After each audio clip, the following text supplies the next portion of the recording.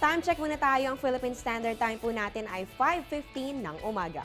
Ngayon alamin naman po natin ang magiging lagay na ating panahon sa susunod na 3 araw. Para po sa Baguio City, magiging maulan po. Yan po ay sa weekend hanggang sa Monday, kaya po paghandaan po ninyo ang mga pag-ulang ito.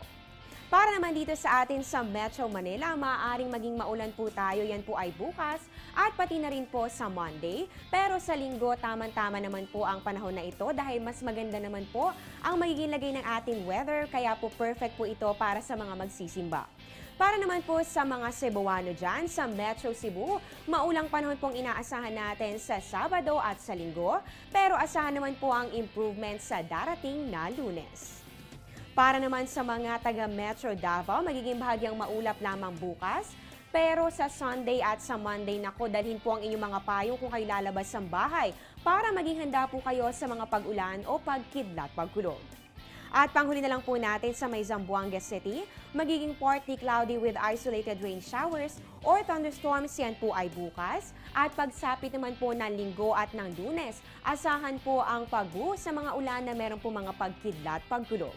Ngayon naman alamin po natin ang agwat ng temperatura sa tourist destinations ng bansa.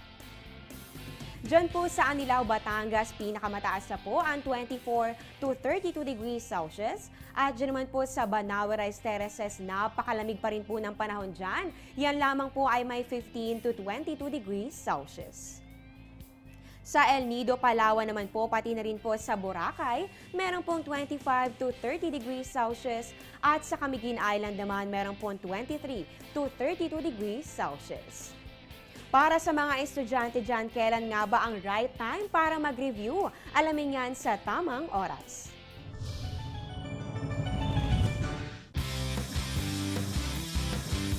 Kasama sa pagpasok ng mga estudyante sa eskwelahan ay ang mga pagsusuli. Kaya naman upang makakuha ng mataas na grado at mas lalong maintindihan ang mga pinag-aaralan, nararapat na alamin ang tamang oras sa pagre-review. Inirerekomenda ng Department of Education o DepEd ang pagre-review mula alas 7 hanggang alas 8 ng gabi bago matulog. Ang pagre-review sa mga ganitong oras ay makatutulong upang madaling maalala ang mga pinag-aralan at mas maraming kaalaman ang makukuha. Siguraduhin na walang anumang istorbo bago mag-review tulad ng TV, radyo, PSP, cellphone at anumang bagay na maaaring maging sagabal sa pag-aaral. Ihanda ang mga gagamitin sa pag-aaral katulad ng mga libro, kwaderno at ballpen. Sinasabi rin na mas makatutulong din sa pag-aaral kung ang iyong paligid ay malinis. Unahin ang mga importanteng pag-aaralan ayon sa araw kung kailan mag-i-exam. At higit sa lahat, siguraduhin kumain ng sapat bago mag-aral upang madaling matandaan ang mga pag-aaralan. Ang pag-aaral ay susi sa isang magandang kinabukasan, kung kaya't ito'y dapat na paghahandaan.